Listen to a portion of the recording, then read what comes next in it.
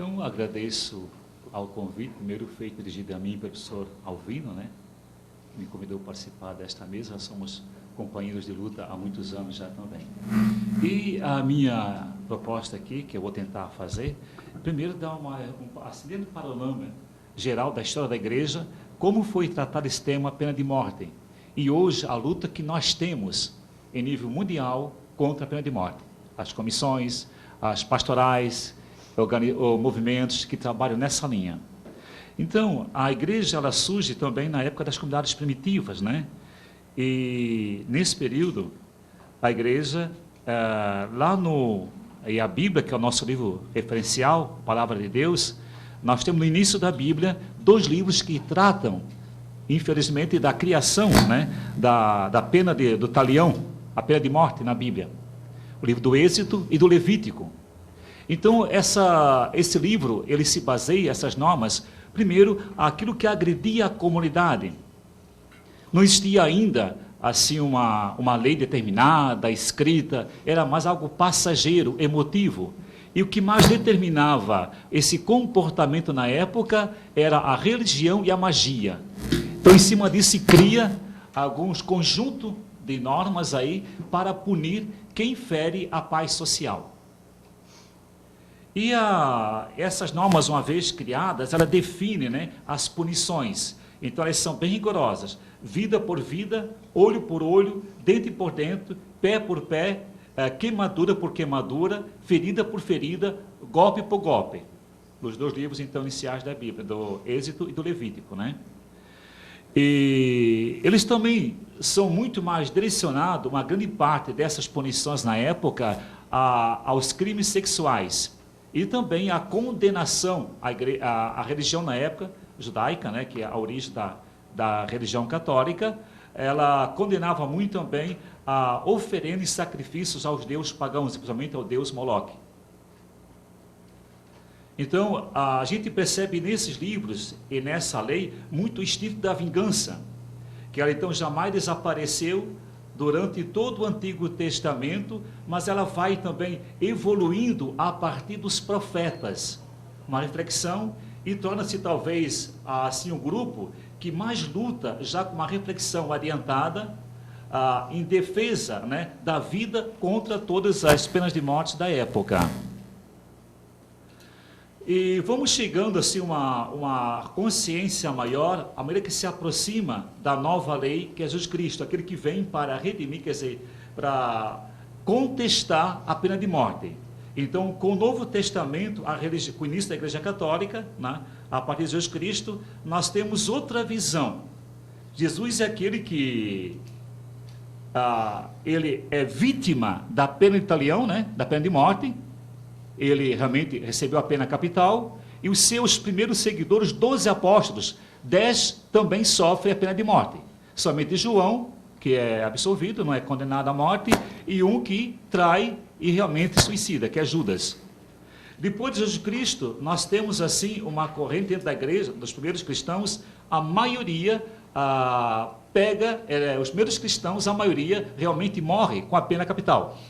Até o século III da igreja, nós temos assim, os primeiros cristãos, quando a igreja crescia, os seus pregadores, os seus anunciadores eram presos e realmente recebiam a pena capital. Isso vai até o século III, quando a igreja é oficializada pelo Estado, aí começa outra visão, 2 correntes dentro da igreja, 2 correntes fortes. Uma corrente, aquela que vai ser fiel ao Antigo Testamento, à vingança, e que diz que a pena de morte é necessária como uma forma de intimidação, né? Matar alguém na comunidade para que os outros não cometam o mesmo crime. Essa corrente vai se fortalecendo até dentro da própria igreja. E tem outra corrente muito forte que segue o ensinamento do perdão e da misericórdia, que vai fazendo vários manifestos, até escritos, porque Jesus Cristo, ele preferiu aceitar a lei que o puniu, que o matou, mas não reagir e nunca reivindicar a morte do agressor, em hipótese alguma. Então, essa corrente vai se fortificando dentro da própria igreja. Aí nós temos essa reflexão também que vai amadurecendo pelos aqueles que fortaleciam a pena de morte. Temos teólogos do século III até o século XII. Temos teólogos, temos aí pessoas que começam, filósofos também, padres, bispos até, que vão dando uma fundamentação para a pena capital. Que ela começa a se oficializar realmente no século XII. E aí, quando temos a Inquisição.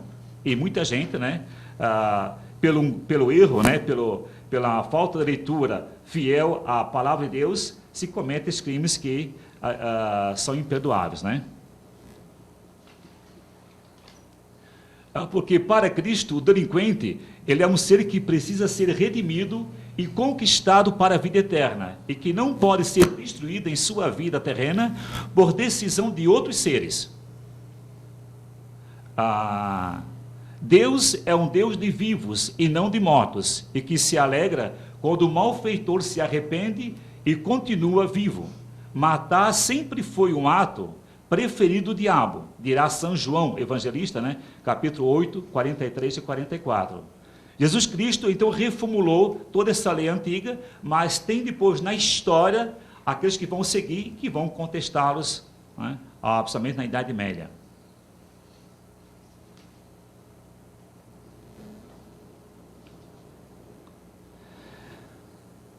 A corrente que defendeu sempre a abolição, né, da tortura de morte, contestou sempre, nós temos desde o Origen de Alexandria, do ano 185 a 252, ele proibia que um cristão podia ser, né,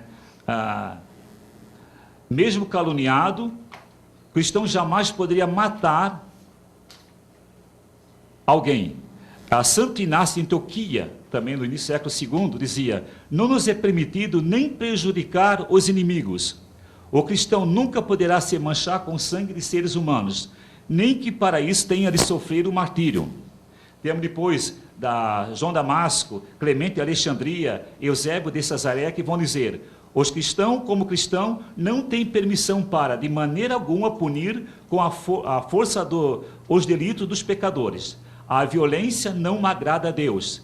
Atanásio, 296 a 373, dizia: os processos judiciais da igreja já não são feitos de acordo com o evangelho, mas os culpados são condenados à morte ou a desterro. Então ele condenava aqueles que puniam e condenavam. João Crisóstomo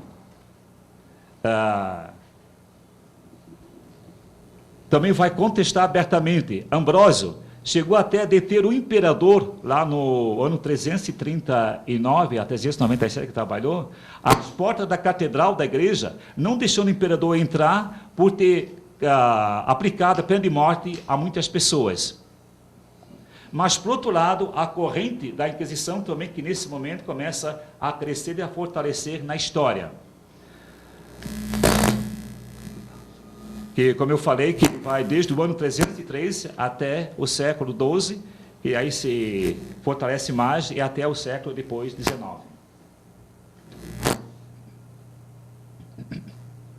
E é citado como os grandes fundamentalistas da pena de morte na igreja, Santo Agostinho, São Tomás. Ao mesmo tempo que Santo Agostinho também serviu para dar base humanística nos códigos penais da Europa e grandes partes da América também. Ele é tido como aquele que defendeu, mas que mais humanizou os códigos penais.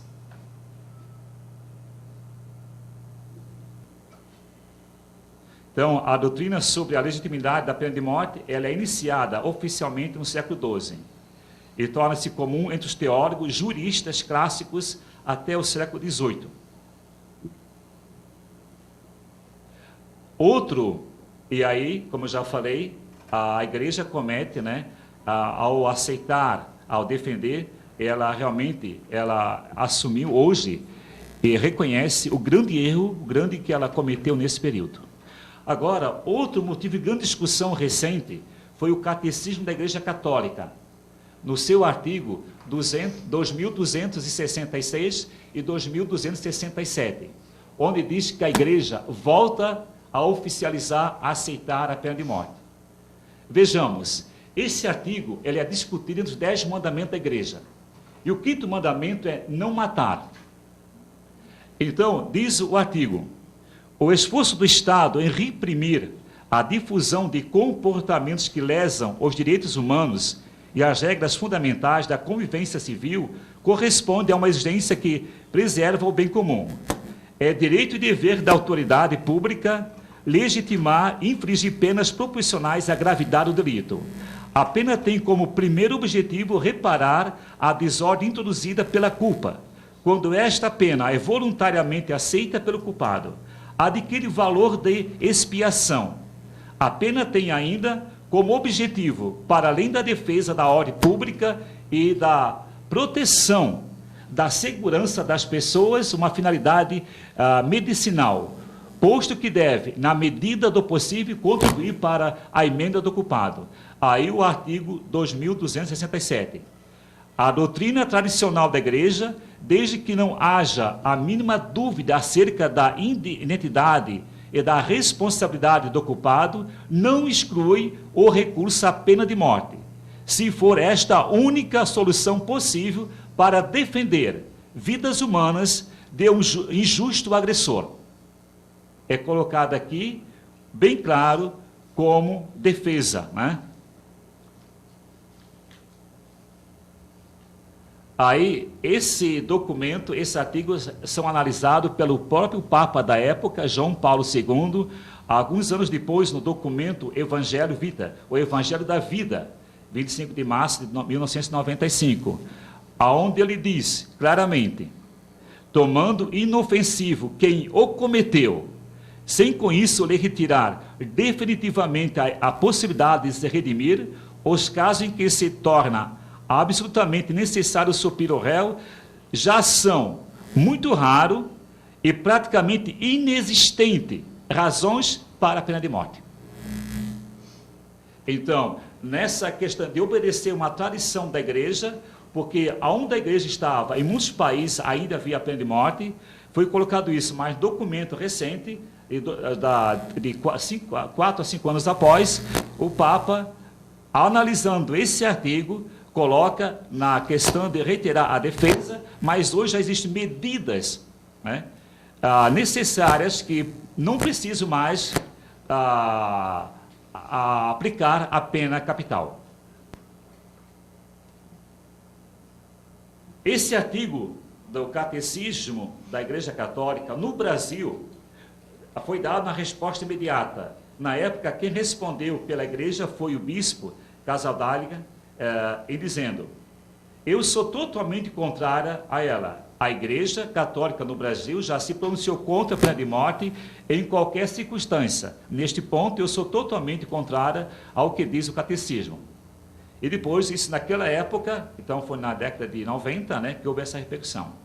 Agora, a Igreja também teve o Concílio Vaticano II, que foi de 1962 a 1965.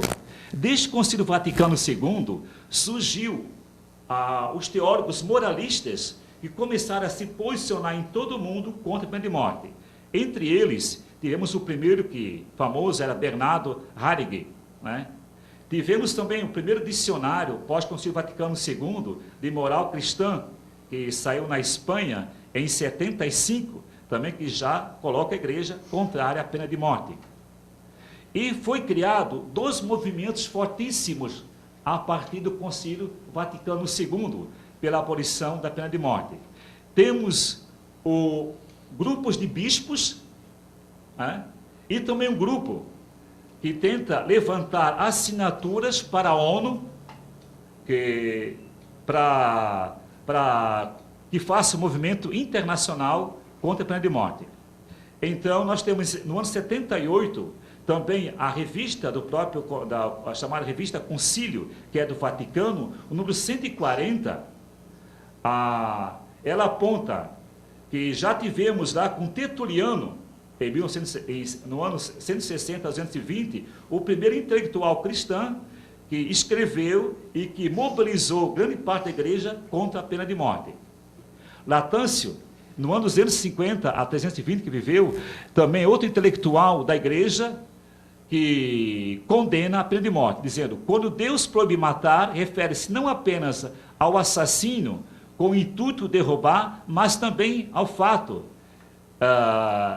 de defesa da vida, quer dizer, do próprio agressor.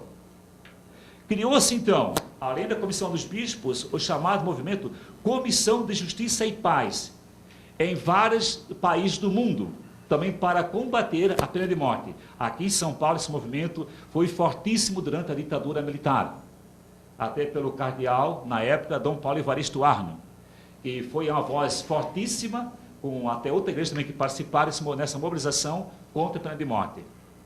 E outro movimento que é... depois. Temos também o núncio apostólico Higino Cardinale, que fez uma declaração em Luxemburgo, na 12ª conferência, que foi ministrada para os juristas europeus, declarando a posição da igreja contra a pena de morte. O movimento abolicionista episcopal, criado pelo Vaticano, com várias pastorais. Então, nós temos uma ação fortíssima, no ano 73, pela Conferência Episcopal do Canadá, que se posiciona abertamente. Outro movimento da Espanha, que começou a se mobilizar no ano 1975, houve a pena de morte lá, a execução. Os bispos se reuniram, começaram a se posicionar em nome de toda a igreja. Estados Unidos, desde 1977, o tema da pena de morte tem mobilizado vários bispos num trabalho constante junto com a Comissão de Justiça e Paz pela abolição da pena de morte. Na França, o episcopado também começou a luta em 1977. No Estados Unidos, novamente, em 1980, outro grande trabalho, grande mobilização. O núncio apostólico faz novo pronunciamento em 1999, nas Nações Unidas, em nome do Papa da época, declaração da Santa Sé contra a pena de morte. O Coliseu de Roma iluminou-se toda, né, como um ato para chamar a atenção do mundo contra a pena de morte.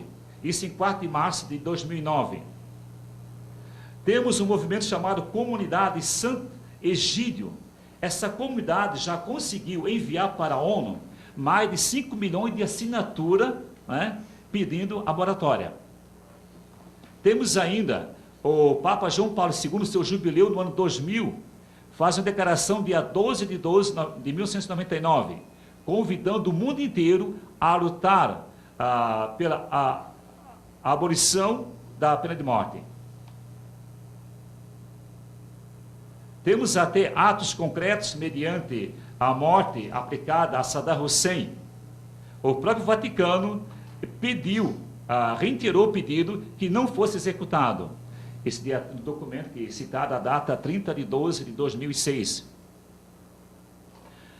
A igreja também tem outro movimento chamado doutrina social da igreja. A doutrina social da igreja, ela abrange todas as pastorais e movimentos que atuam na área social. Ela tem também como finalidade, entre outras, a defesa da vida em todas as instâncias, da gestação à idade avançada. E aí temos um leque de pastorais e movimentos, inclusive aqui no Brasil, que trabalham nessa dimensão. A pastoral do povo de rua, a pastoral dos nômades, a pastoral do sem terra, a pastoral dos indígenas, que defende lá onde a vida é mais ameaçada. E tem assim feito lutas, e várias pessoas escolhendo essas pastorais de movimento também já receberam a pena de morte, pelo Estado ou por movimentos, quer seja em nível aqui nacional ou também internacional. Muitos desses que defendem esses movimentos estão à frente, já morreram, já foram tombados nesta luta em defesa da dignidade e da vida. Pena de morte no Brasil. A Constituição brasileira, então, no seu artigo 55, ela também aceita a pena de morte para caso, né, especial de ameaças, inclusive para a questão do exército, né? Os assassinatos cometidos por facções. Temos ainda o documento que foi citado, né, pelo Philip Alston, que quando esteve aqui no Brasil, de 4 a 14 de novembro de 2007, e fez um documento para a ONU sobre as execuções sumárias. Eu tive o prazer de acompanhá-lo em 3 momentos, na reunião aqui no fórum, uma reunião com as entidades civis, e depois ele me convidou para fazer visita a presídios. Também acompanhei a visita a presídios com essa comissão interamericana da ONU. E nesse relatório, ele colocou depois que 48 mil pessoas são mortas por ano no Brasil. Fora também aos casos de torturas que ele viu, e com a gente junto, né, ele entrevistou algumas pessoas torturadas no presídio aqui em São Paulo. Então, a igreja tem se posicionado. Então, resumindo um pouquinho, o fato recente da Igreja Católica no Brasil contra a pena de morte. No mês de setembro deste ano, a igreja de Manaus, ela foi altamente atingida por violência. Eu vou elencar alguns fatos que aconteceram em Manaus nesse período, relatado pelo bispo Dom Luiz, que é o vice-presidente da Conferência Nacional dos Bispos do Brasil. Disse ele: primeiro, assaltaram a mão armada o convento dos capuchinhos. Segundo, invadiram a mão armada a casa das irmãs idosas e doentes do Pronato Santa Teresinha. Terceiro, entraram com a mão armada numa casa paroquial e roubaram tudo. Quarto, no dia 17 de setembro, Dom Gutenberg, bispo de Coraci, e o padre Manuel Soares, superior dos redentoristas, foram sequestrados, aterrorizados e tiveram o carro roubado. Quinto, a Praça da Matriz está nas mãos de pessoas que assaltam fiéis, turistas. Sexto, muitas igrejas de Manaus têm sido assaltadas.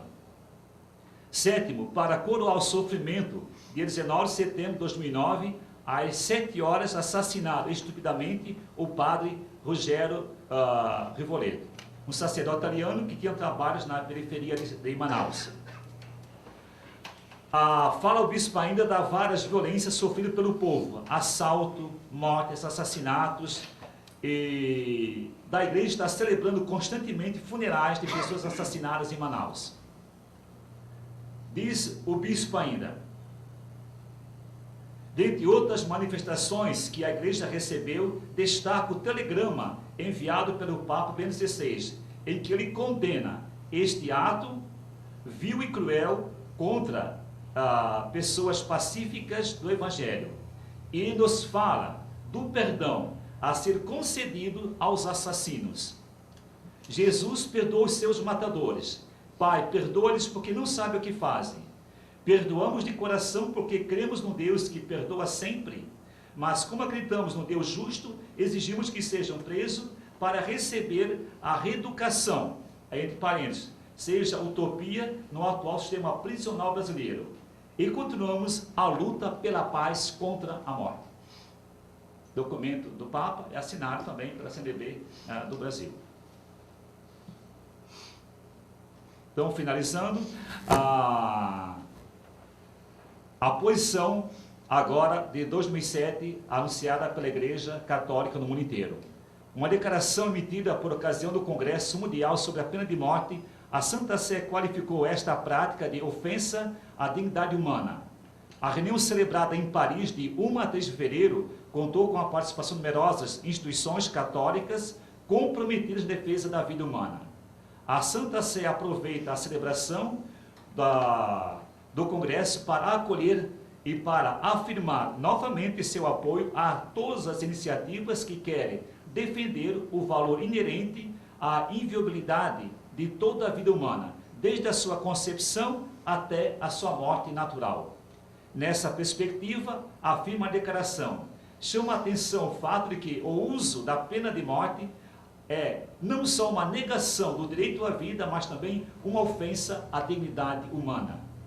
Enquanto a Igreja Católica segue sustentando que as autoridades legítimas do Estado têm o dever de proteger a sociedade dos agressores e que alguns estados incluem tradicionalmente a pena capital entre os meios utilizados para consegui-lo, hoje é difícil justificar tal opção, afirma a declaração. Tais métodos não letais de prevenção e de castigo, corresponde melhor à condição concreta do bem comum e não mais em conformidade com a dignidade da pessoa humana. Estão mais em conformidade com a pessoa humana. A declaração conclui mostrando a estima da Santa Sé pelos organismos do Congresso, pelos governos e por todo o que trabalham para abolir a pena de morte ou para impor uma moratória universal em sua aplicação. Obrigado.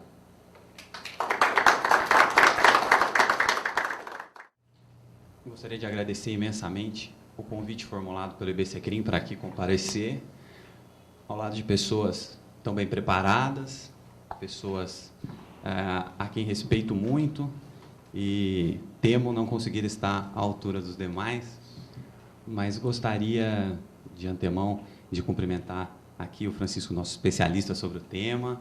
Gostaria de cumprimentar o Padre Valdir, que nos iluminou com tantas referências a diplomas eclesiásticos que normalmente nós, do universo do direito penal, normalmente não temos esse acesso, e enriqueceu deveras. E o professor Davi Teixeira de Azevedo, que foi meu professor na graduação, parafraseando o próprio, me recordo que ele fez referência uma vez ao professor Miguel Reale Júnior, que o havia pegado pelos coeiros no começo da carreira.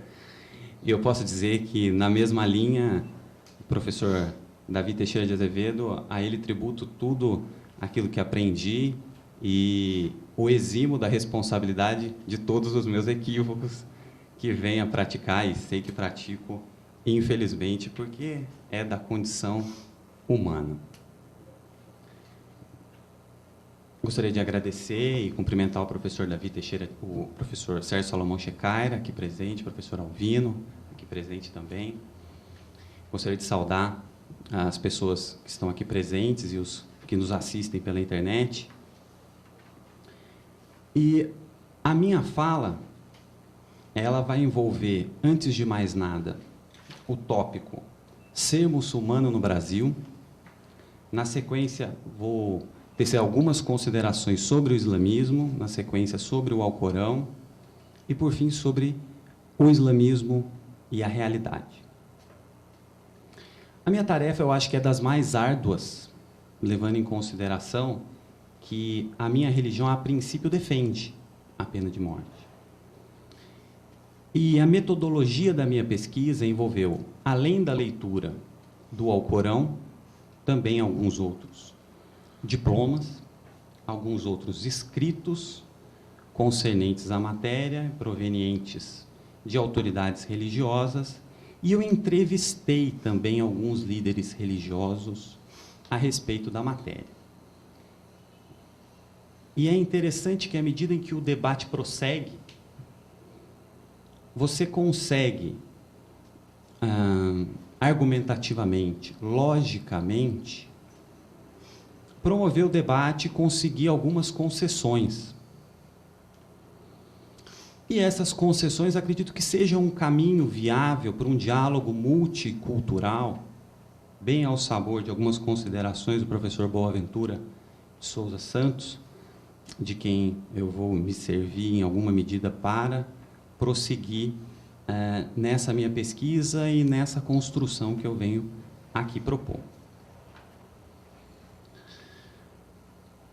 A vida do muçulmano no dia a dia brasileiro não é uma vida fácil, levando em consideração as diversas restrições que o nosso livro sagrado assim impõe.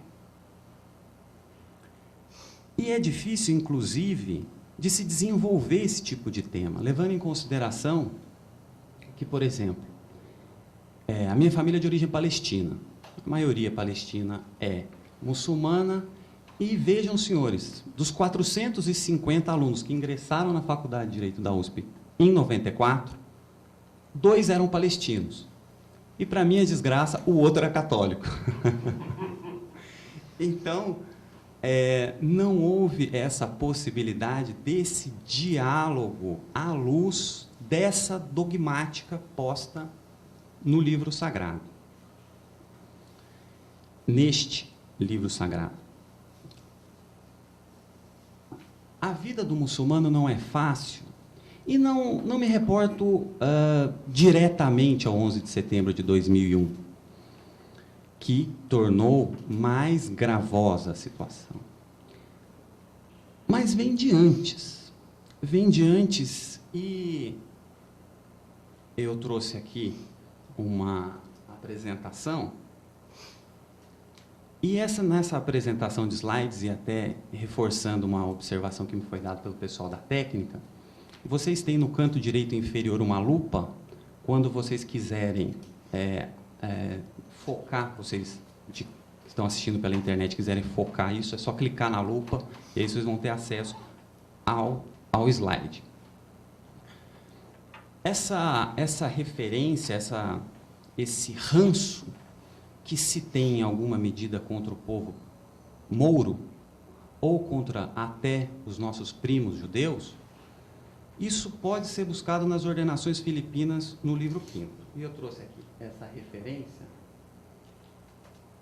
está aqui transcrita, que esse diploma, que teve vigência até 1830, aqui no Brasil, entre nós, essa disposição penal, estabelecia a necessidade de que houvesse a fixação de certas marcas nas vestes para identificar mouros e judeus.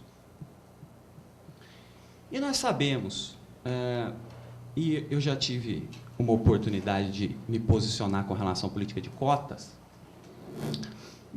desse caráter delicado, né? Ou seja, nós temos um determinado nicho problemático que diz respeito aos negros, mas nós temos outras minorias também, temos pobres e desvalidos de todas as categorias, né? Então, eu fico até pensando, levando em consideração tudo o que passou meu pai historicamente, desde que chegou aqui, o pão que o diabo amassou. Então, eu fico pensando essas dificuldades todas, se de fato seria correto privilegiar um certo grupo étnico, né? Essa é uma polêmica que desborda dos nossos lindes aqui. Ademais dessas disposições aqui a que fiz referência, nós podemos ver, inclusive, esse ranço problemático, esse ranço da nossa herança contrária à vida dessas minorias, não só aqui com relação a muçulmanos e islâmicos, mas com relação aos demais. Se visitarmos o Código Criminal do Império, verificaremos, no artigo 276, a questão de se criminalizar ou de se punir o comportamento daqueles que professem fé diferente daquela fé oficial. É engraçado, eu tive uma oportunidade, no curso de pós-graduação da Faculdade de Direito da USP, num debate sobre bioética, muito interessante.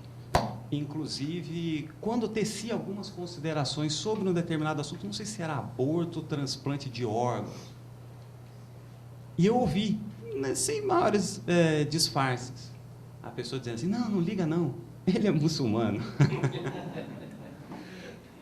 E eu tive uma pessoa do meu relacionamento, há um tempo atrás, que inclusive perguntado, e aquele seu namorado muçulmano? Ih, já disse que era namorada, né? Era uma ex-namorada minha que perguntada sobre mim. E como está aquele seu namorado muçulmano? Ela já assumiu uma posição de defesa. Ele é muçulmano, mas ele é gente boa. Ou seja, você já tem que partir de uma posição quase que de indiciado, né? Pois bem. Então, retomando um autor palestino, que foi professor em Colômbia, falecido recentemente, Edward Said, ele escreveu um livro chamado Fora de Lugar. E onde quer que esse palestino se encontrasse, foi criado no Egito, depois estudou nos Estados Unidos, foi professor de Colômbia, ele se sentia fora de lugar. Essa é uma sensação acre a que nos submetemos, não raras vezes. Apesar de, não raras vezes, termos oportunidade de debater aspectos de proximidade entre as nossas religiões, mas existe essa pontinha problemática, nem que seja de piadinha, né? Acabamos sentindo esse problema de nos inserirmos num plano de minoria.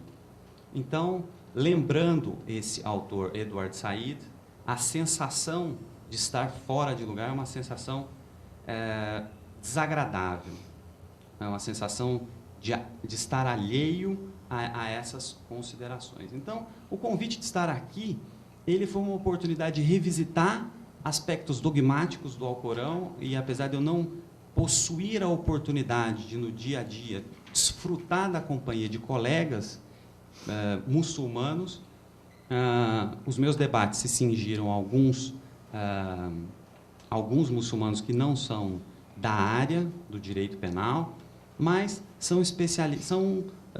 foram pessoas que se debruçaram sobre o Alcorão, e dentre essas pessoas, uma dessas pessoas foi meu pai. E a posição deles, a princípio, foi uníssona, de que a pena de morte tem uma razão de ser. Lembrando as palavras do padre Valdir, que existia essa corrente dentro da Igreja Católica que defendia nesse primeiro momento, lá a posição é essa, ou seja, cumpre uma função de exemplariedade. E não há. No livro, você tem apenas penas corporais. Você não dispõe de outras penas. E o discurso deles é sempre muito enfático, à luz da bandeira da impunidade, dizendo, olha, esse sistema que se nos apresentam pouco repercute. Vá ver nos países onde ela é aplicada como a coisa bem funciona. Mas não convencido desses argumentos a princípio que me pareceram simplistas, eu prossegui com as minhas pesquisas. Pois bem.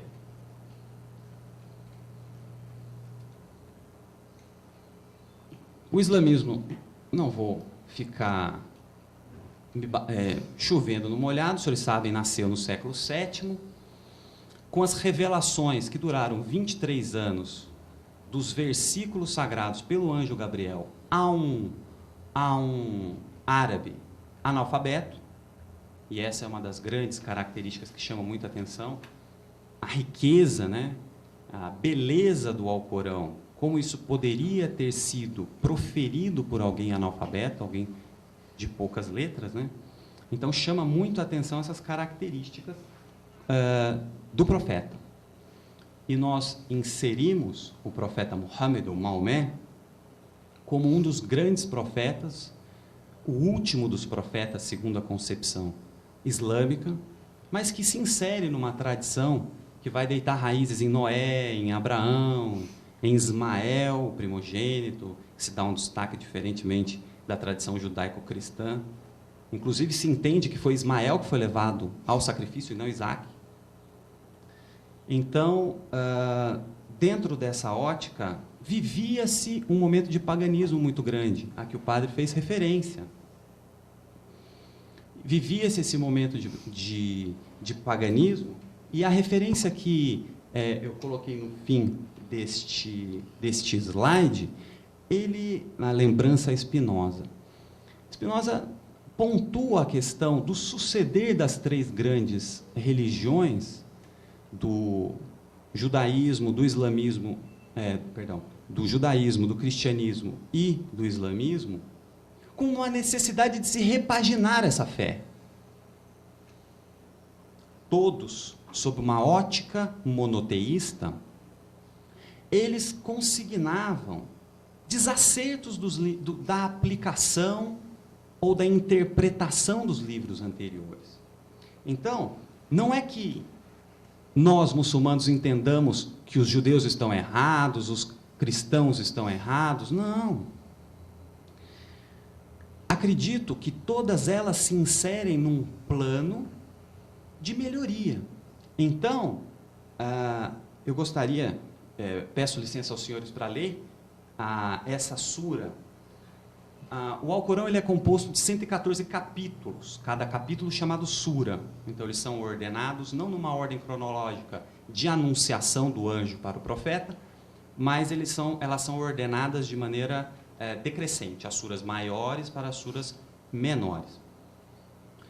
E nessa sura, que é a maior sura delas, Al-Baqarah, quer dizer, a vaca, no seu versículo 87, nós verificamos a marca desse sincretismo e o valor que o islamismo dá para o Velho Testamento, que o islamismo dá para o Novo Testamento. E eu peço licença para ler com os senhores, que nesse versículo 87 diz: com efeito concedemos a Moisés o livro, e fizemos seguir depois deles os mensageiros, e concedemos a Jesus, filho de Maria, as evidências, e amparamo-lo com o Espírito Santo. E será que cada vez que um mensageiro vos chegava com aquilo que pelas vossas almas não se apaixonavam, vós os ensoberbecieis? Então, a um grupo desmentis e a um grupo matáveis. Ou seja, a mensagem vinha, e a mensagem, como nós, seres humanos, imperfeitos que somos, ligados a grupos, a panelinhas, a conchavos. Então, um livro vinha e, eventualmente, era deturpado. Ou, com a sua deturpação, vem um outro livro. Então, há esse suceder de anunciações de acordo com a atuação do homem. Pois bem, então o islamismo se insere nesse plano.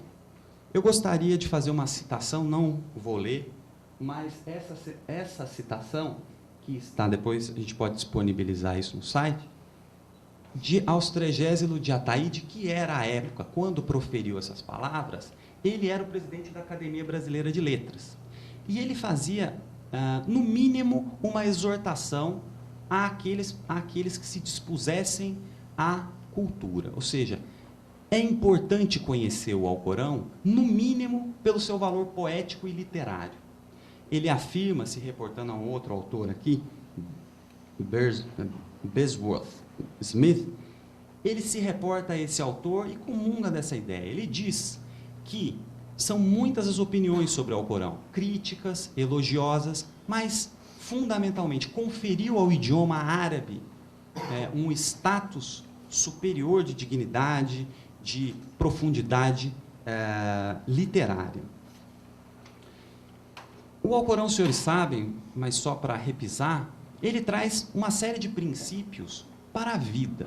Então, regras de higiene, regras de trato social, são muito interessantes até na forma como você chega em casa, como você visita as pessoas, quando você pode comer, quando você não pode comer, como se comportar com a sua esposa, sexo. Dá um panorama geral sobre o que pode e o que não pode à luz da salvação. Então, nós temos dois grandes termos. O termo, e isso está também na tradição cristã, o termo da vida terrena, ao cabo do qual as pessoas vão aguardar o segundo termo, que é o termo do juízo final. Então, tal qual os cristãos, nós também aguardamos a volta de Cristo. Então, aguardamos a volta de Cristo quando chegará o momento do juízo final e do acerto de contas. Pois bem, prosseguindo. O Alcorão, ele, como todo livro de normas, precisa de um guia, e eu acredito que eu retirei alguns, fora toda a modéstia, pelo menos de acordo com a minha pesquisa, eu achei que são algumas suras que nos conferem algumas chaves hermenêuticas. Essas chaves hermenêuticas são as seguintes.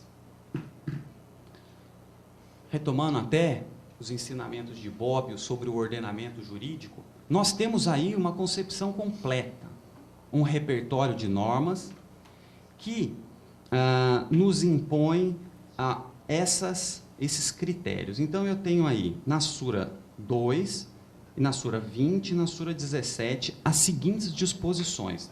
Como os senhores não estão habituados com essa leitura, permito-me ler, peço licença aos senhores para ler com o senhor.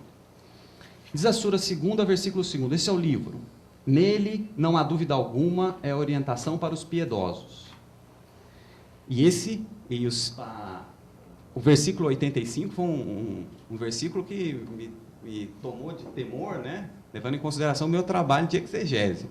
Que vejam bem o que diz o seguinte: credes, então, numa parte do livro e renegais a outra, e a recompensa de quem de vós faz isso não é senão a ignomínia da vida terrena, e no dia da ressurreição serão levados ao mais veemente castigo. Então, preciso tomar muito cuidado, e eu fiz isso, fui aos líderes religiosos apresentar a construção que vou submeter aos senhores, de tal forma a prevenir responsabilidades, né? Fui lá e transmiti a minha construção, perguntei, dá, não dá, porque senão o castigo é doloroso. Sura 20. E não te apresses para a recitação do Alcorão, antes que seja encerrada a sua revelação, 2 vezes, digitei errado, perdão, e dize, Senhor meu, acrescenta-me ciência.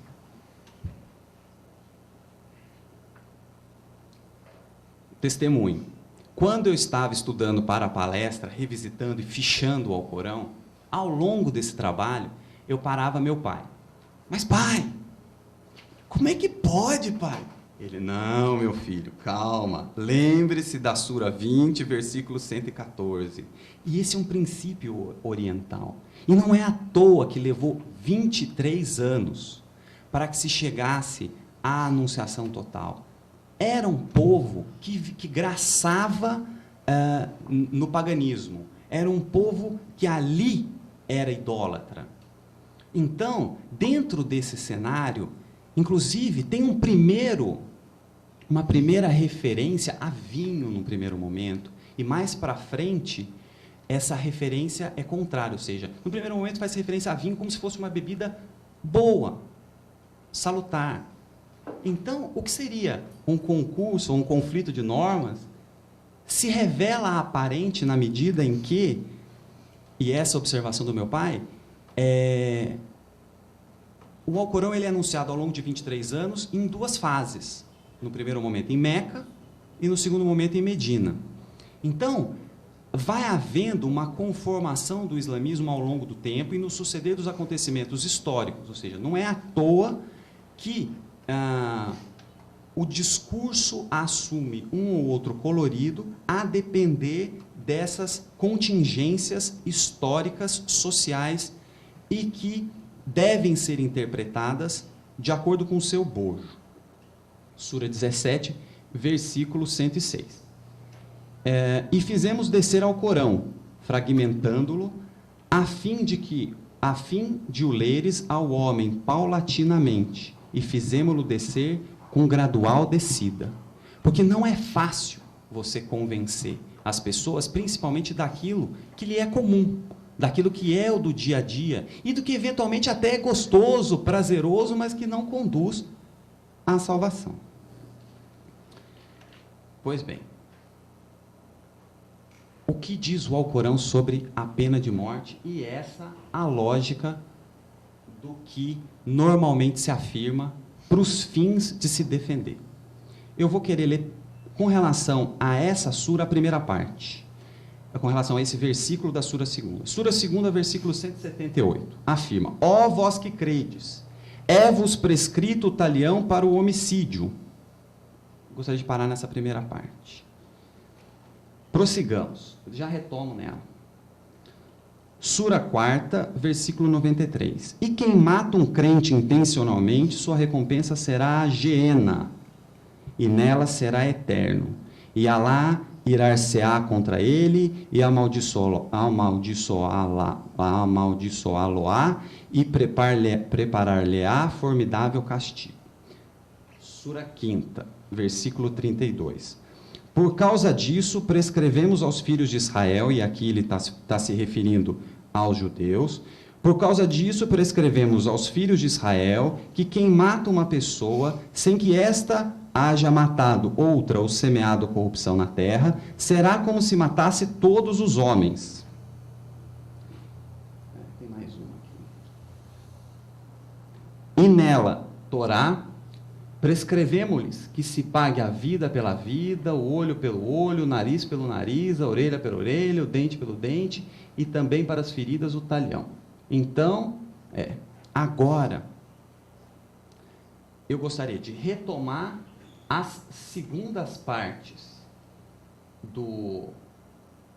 desses comandos. Então, nós temos a regra. E o discurso é afinado dos líderes religiosos. Cumpre o seu papel de exemplariedade.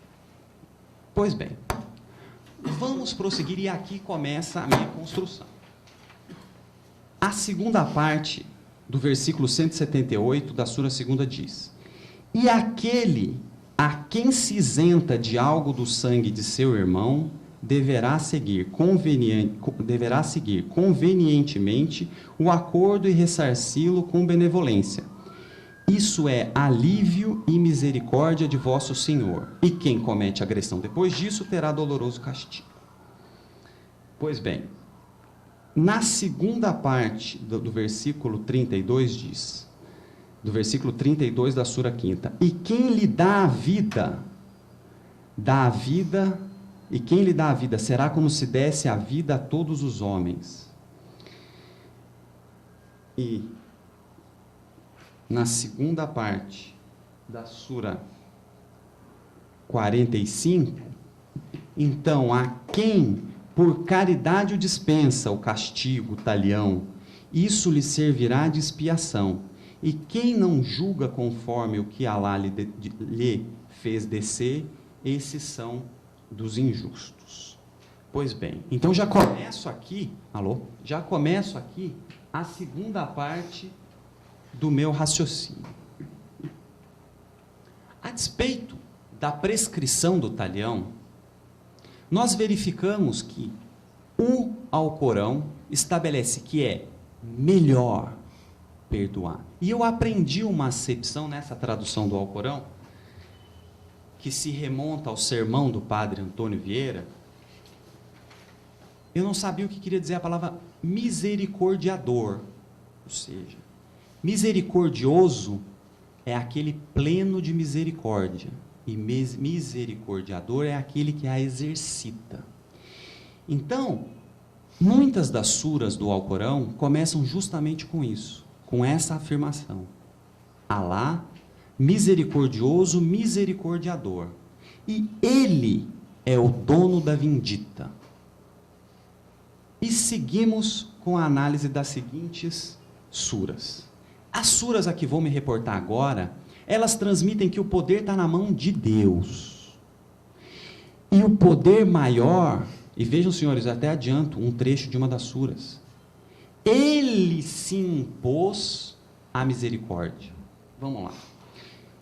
Sura 3, versículo 28. Diz: ó Alá, soberano da soberania, tu concedes a soberania a quem queres e tira a soberania a quem queres.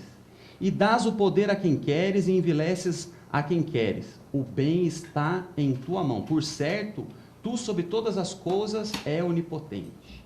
Ele privilegia com sua misericórdia a quem quer, e Alá é possuidor do magnífico favor. E de Alá é o que há nos céus e que há na terra. Ele perdoa a quem quer e castiga a quem quer. Ele é perdoador, é misericordiador. E se afirma dos seguidores que ele se apraz, Deus valoriza aquele que contém o rancor e indulta aqueles que contêm o rancor e indultam as outras pessoas. E Alá ama os benfeitores. Prossigo. E não é admissível que uma pessoa morra senão com a permissão de Alá. É prescrição fixa. E quem se volta arrependido depois de sua injustiça e se emenda, por certo, Alá se voltará para ele, remindo-o. Por certo, Alá é perdoador, ele é misericordiador. Então, eu vou trabalhar a princípio com esse fator para contrabalancear a prescrição do talião.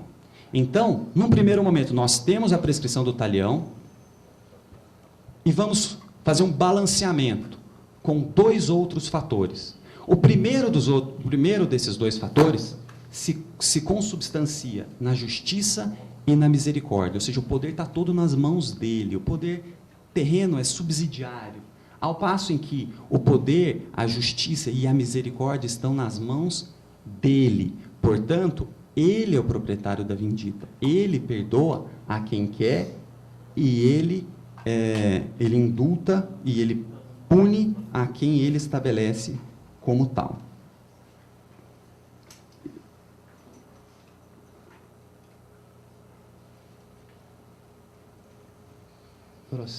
Prossegue.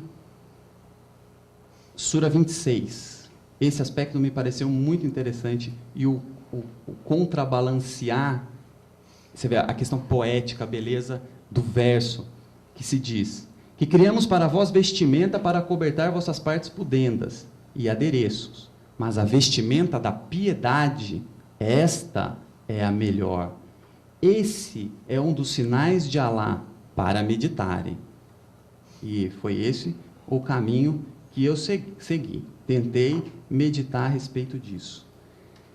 E revidas e se valoriza aqueles que revidam o mal com o bem.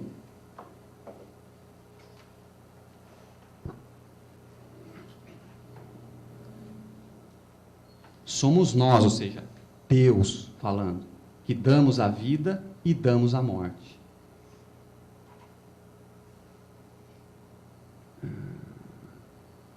Aqui, esse aspecto me pareceu muito interessante.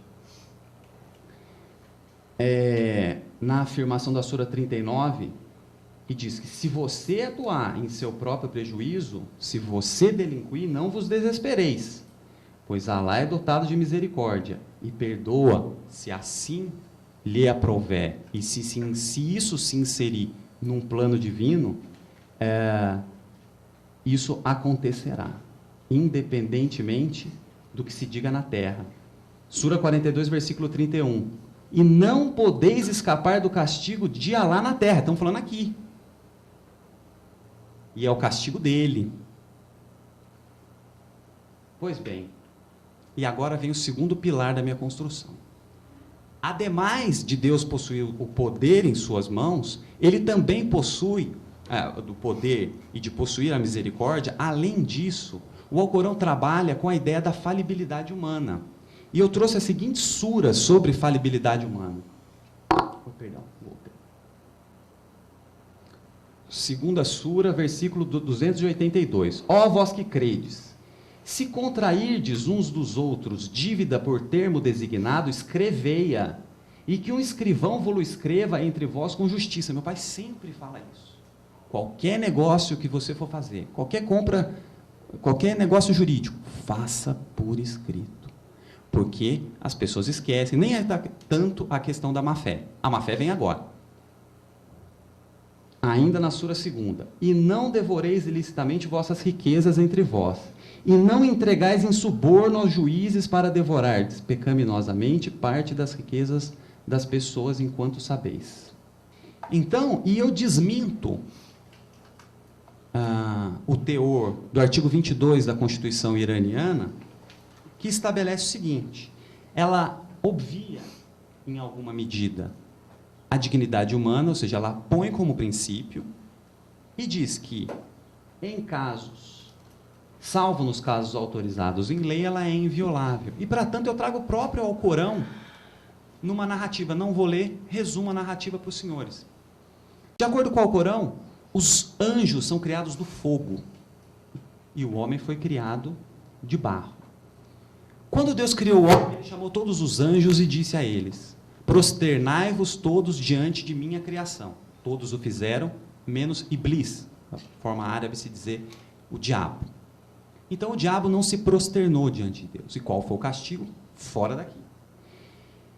Isso é uma referência do status da dignidade humana, ou seja, todos os anjos se curvaram, e aquele que não se curvou foi expulso de toda a coorte dos que ali se encontravam. Por fim, retomando a ideia de diálogo multicultural de Boaventura de Souza Santos, a ideia de que nenhuma cultura é completa, e o que se busca por meio da interpretação diatópica é aumentar a consciência dessa incompletude e da necessidade de que devemos amalgamar as diversas culturas, não para que tenhamos uma síntese, mas para que tenhamos a necessidade de ouvir os demais. Então, diante dessa concepção, é que nós vamos resgatar a lição, e ele transcreve a lição de Abdullah al-Naim, de que se de um lado nós temos versículos do Alcorão que são duros, que se inserem nessa perspectiva de uma terra a se conquistar, de uma terra a se islamizar, se propagar essa mensagem. Por outro lado, nós temos outro tipo de mensagem. Então, Abdullah al-Naim, ele estabelece a distinção das duas mensagens. A mensagem anunciada em Meca, que seria uma mensagem eterna, fundamental, um corpo de normas, e as mensagens de Medina, que seriam mais duras, que seria uma espécie de vacácio, que pregaria uma espécie de vacácio. Ou seja, quando tivéssemos um momento consolidado, a mensagem de Meca seria a mais apropriada. E al-Naim diz exatamente isso. Este é o momento.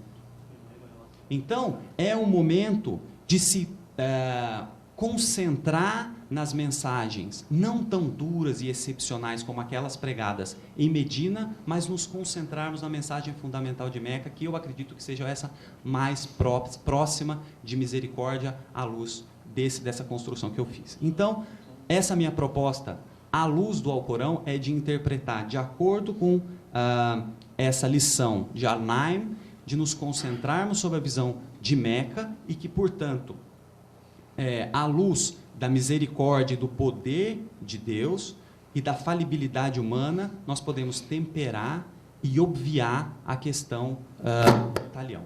Então, essas eram as minhas considerações. Muito obrigado.